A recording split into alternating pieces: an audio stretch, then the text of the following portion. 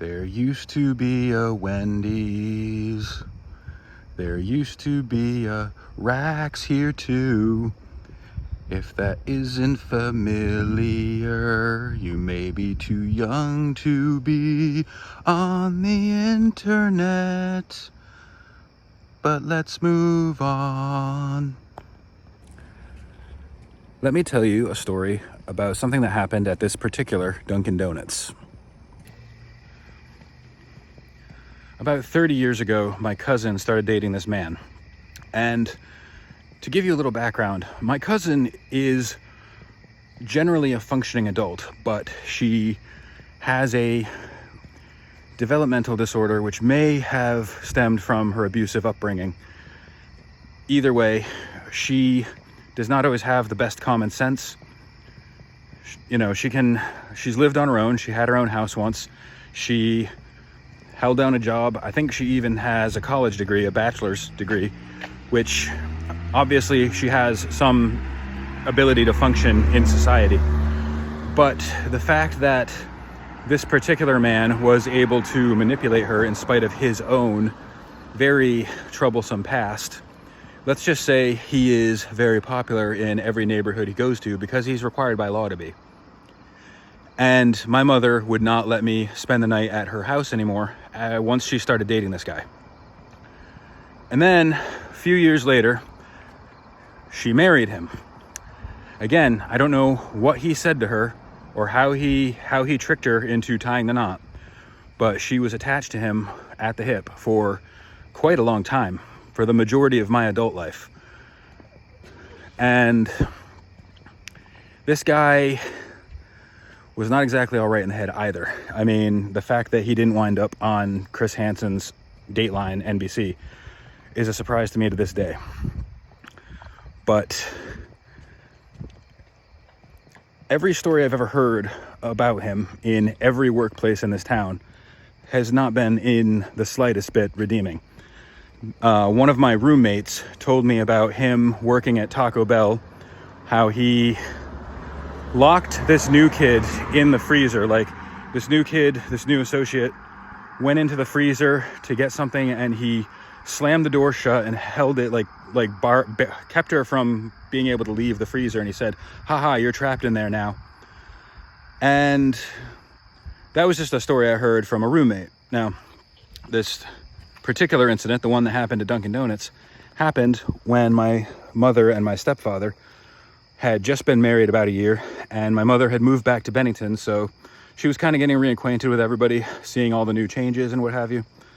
And they stopped into that Dunkin' Donuts, and Sylvester, sorry, that's his name, was working that day.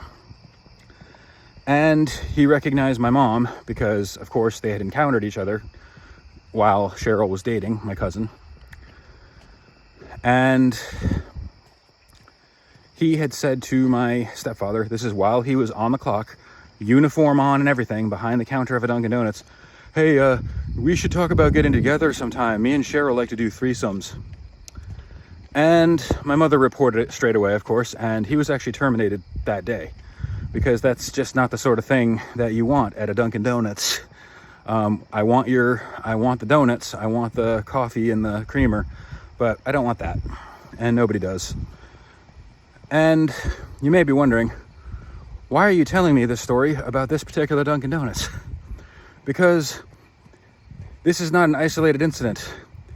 He is not the first person of that nature that they have hired. Now, obviously, they're going to do background checks now, I assume.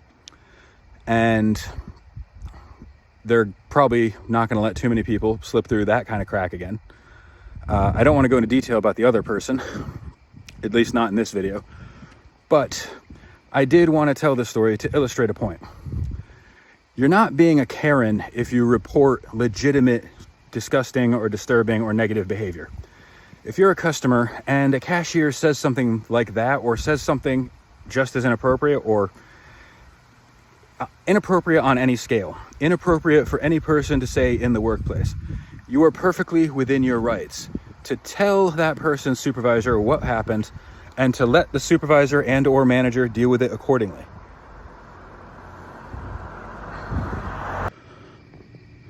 Now, I had a incident with somebody there this morning, fast forward about 20 years to today. And like I said, I had a legitimate problem with a cashier at this particular Dunkin' Donuts. I had an appointment to be at, so I wanted to grab something nice to eat, or reasonably decent to eat. So I went into Dunkin' Donuts, and I hadn't been in there in quite a while because, to be quite frank, that particular Dunkin' Donuts is not very welcoming to customers, at least not in the evening. The morning seems to be very hopping, but Dunkin' Donuts just isn't what it was when I was a kid. I grew up with Dunkin' Donuts being this kind of a diner-like establishment. All the donuts were made in store. The coffee always smelled nice and fresh, and it just felt like a nice homey atmosphere,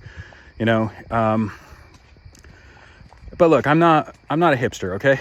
I'm perfectly able to accept change, and I have no problem with Dunkin' Donuts now. I don't even have a problem with that particular Dunkin' Donuts. Their questionable hiring practices in the past aside, I've rarely had any incident there.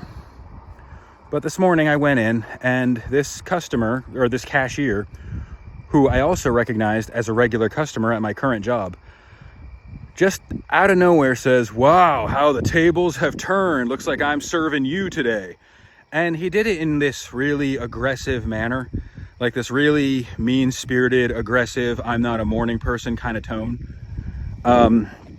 He did it in the kind of tone that if I were to address him that way as a cashier at my store, and he were to report if he were to report me, or if my supervisor or manager were to overhear me talking this way to a customer, you can legitimately bet that I would be written up for it. I mean, spoken to at least, but written up at worst. And I just didn't like the way he spoke to me, so I walked out. Now, I hesitated for a moment because I thought, all right, if I report this person, he knows where I work, he could retaliate. And at this point in my life, I can't afford too many incidents at work. Now, I don't think my boss would fire me just because somebody showed up and started harassing me. But stranger things have happened. So I hesitated for a moment. First, I was actually going to talk to the supervisor in the store. But then I left, and I kind of waffled over it again because there's not a lot of places to go to grab a quick bite to eat in this town. Not if you walk.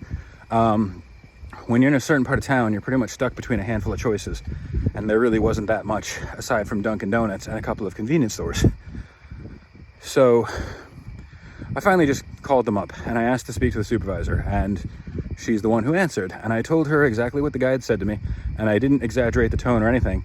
She was appalled that he would address any customer that way.